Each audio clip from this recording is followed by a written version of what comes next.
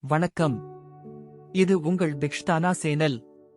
ஆன்மீகம், புராணங்கள், தத்துவம் மற்றும் பாரம்பரியத்தில் ஆழ்ந்த உண்மைகளை நம்ம பாரம்பரிய சிந்தனைகளோடு உங்களுக்காக கொண்டு வருகிறோம். நிச்சயமாக சப்ஸ்கிரைப் பண்ணுங்க மற்றும் பெல் ஐகானை அழுத்துங்க. உங்கள் ஆன்மீக பயணத்துக்கு இது ஒரு நல்ல தொடக்கம். வாங்க, இப்போவுதான் நம்ம வீடியோவுல குளிக்கலாம். சுந்தரானந்தர் இவரது வாழ்க்கையைப் பற்றி அறிய வேண்டும் என்றால் தமிழ் விளையாடிய மதுரையம்பதிக்கு மதுரை செல்ல வேண்டியது அவசியம். இந்த மதுரை மாநகரம் தமிழ் பண்டிதர்களால் நிரம்பியிருந்த காலம் அது.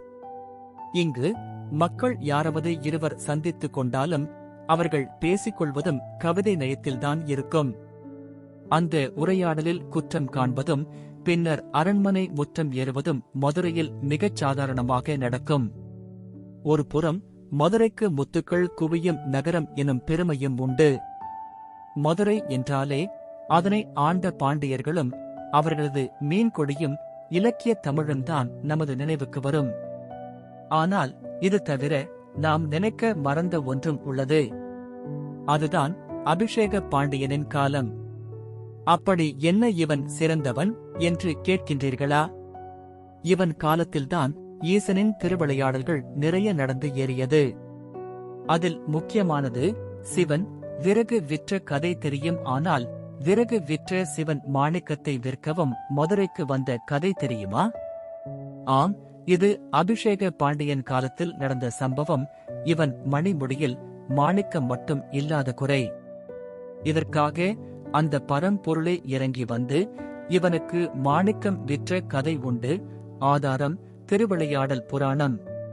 அதேபோல இவனுக்காக வருணன் வற்றாது பொழிந்து உருவாக்கிய கடலையே இவன் பொருட்டு வற்ற செய்து பின் மீட்டுக் கொடுத்தது ஈசனின் இன்னொரு திருவிளையாடல். அந்த வரிசையில் இவன் காலத்தில்தான் கல்யாணை கரும்பு தின்ற கதை நடந்தது.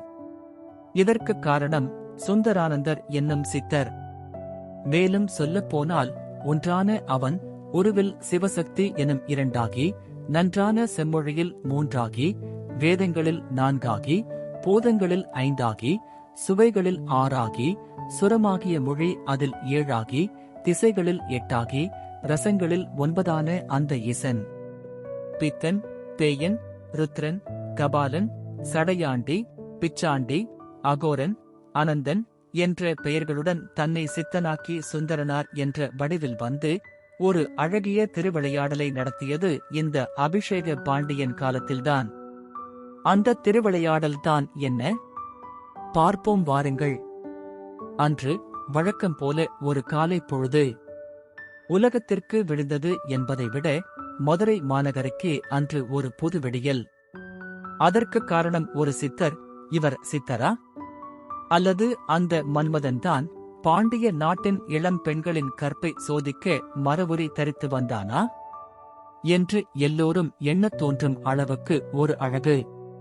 நெற்றியில் விபூதி பந்தல், சக்தியும் சிவமும் ஒன்றுக்குள் ஒன்று ஐக்கியம் என்று கூறும் படி மையத்தில் ஒரு குங்கும திலகம், செவிப்புலத்தில் ஒரு கனக குண்டலம்.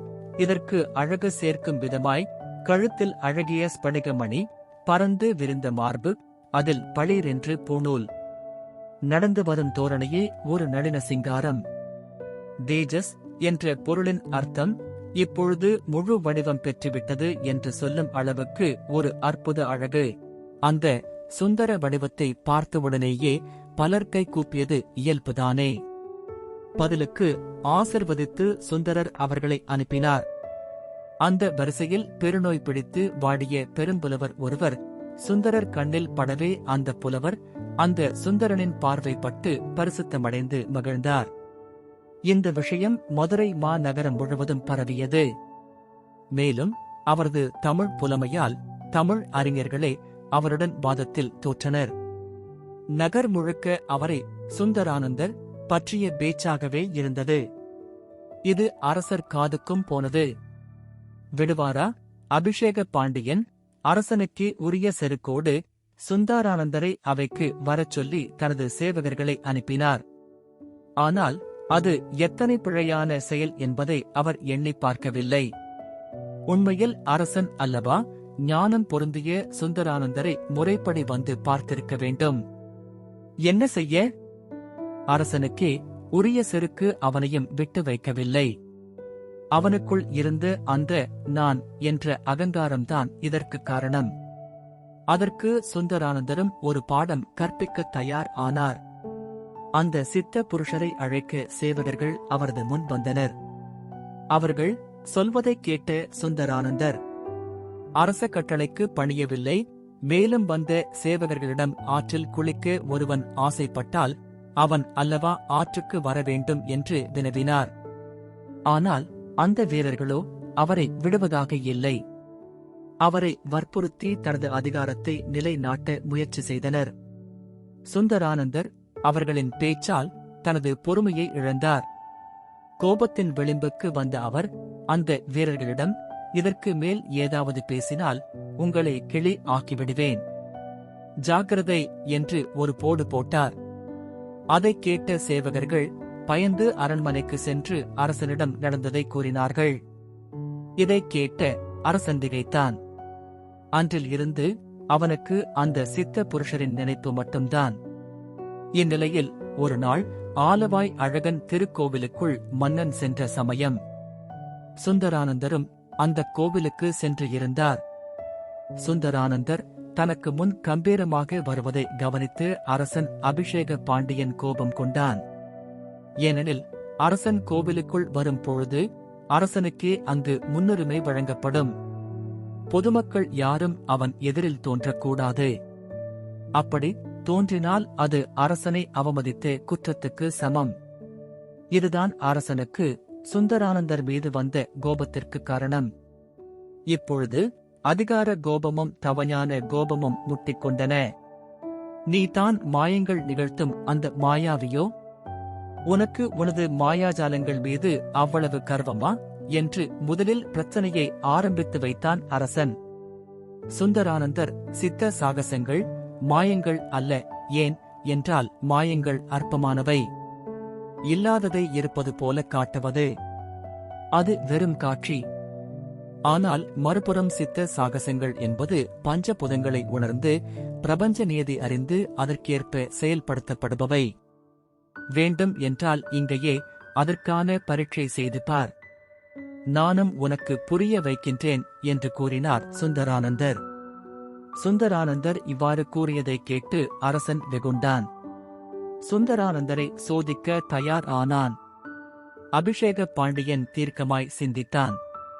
அவன் நின்ற இடத்திற்கு அருகில்தான் இருந்தது ஆலய விமானத்தை தாங்கி நிற்கும் அந்த கல் யானை.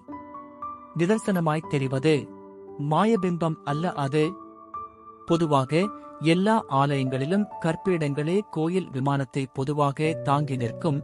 ஆனால் ஆலவாய் அண்ணலான சொக்க நாதரின் ஆலயத்தை நாற்புறமும் வெள்ளை நிறத்து யானைகள் தாங்கி நிற்க காணலாம். கூட அரசன் உடனே சுந்தரானந்தரை பார்த்து, தவசீலரே, நீர் சொல்வது உண்மை என்றால் இந்த கல் யானையை உயிர் கொண்ட யானையாக மாற்றுங்கள் பார்ப்போம். அப்பொழுது நான் நம்புகிறேன் என்று கூறினான். பாண்டியன் பரிவாரத்தில் ஒருவன் கரும்போடு தென்பட்டான். அந்த கரும்பு கண நேரத்தில் பாண்டியனின் கைக்கு மாறியது. அதுவும் சுந்தரானந்தரின் திருவிளையாடல்தான். இப்பொழுது சுந்தரானந்தர் முகத்தில் புன்னகை உடன், அரசனை, அந்த கல் யானையின் அருகே அந்த கரும்பை கொண்டு சென்று சிவனின் பஞ்சாட்சர மந்திரத்தை கோரும்படி பணித்தார். அரசனும் அவ்வாறு செய்ய அந்த கல் யானை உயிர் பெற்று அந்த கரும்பை அரசன் பார்க்க, அங்கிருந்த மக்களும் பார்க்க தனது தும்பிக்கையின் உதவியுடன் தின்று தீர்த்தது. அந்த யானை அத்துடன் நிற்கவில்லை, பாண்டியனின் கழுத்தில் இருந்த முத்து மாலையையும் எட்டிப் பறித்தது. அரசன் அபிஷேக பாண்டியன் அப்படியே ஆடிப்போனான். சுந்தரானந்தர் பாதத்தில் விழுந்து தன் தவறை மன்னிக்குமாறு மன்றாடினான். இக்காட்சியைப் பார்த்து மதுரையம் பதி மக்களும் மெய் சிலிர்த்துப் போனார்கள். இப்படியாக தவத்தின் வல்லமையை நிரூபித்து சுந்தரானந்தர் பூரிப்புடன் அனைவர் கண் எதிரில் ஆலவாயன் சந்நிதிக்குள் புகுந்து மறைந்தார். இவர் நடத்திய திருவிளையாடல்கள் இன்னமும் மதுரையில் வரலாறாய் பேசப்பட்டு வருவது குறிப்பிடத்தக்கது. வீடியோ பிடித்திருந்தால் லைக் செய்யுங்கள். நண்பர்களுடன் ஷேர் செய்யுங்கள். உங்களது எண்ணங்களை கமெண்ட் செய்து பகிருங்கள். இன்னும் பல இந்த மாதிரியான வீடியோக்கள் பார்க்க கீழே உள்ள சப்ஸ்கிரைப் பட்டனை அழுத்துங்கள். உங்கள் ஆதரவோடு மேலும் சுவாரஸ்யமான வீடியோக்கள் வர இருக்கின்றன. நன்றி. உங்கள் ஆதரவு எங்களுக்கு முக்கியம்.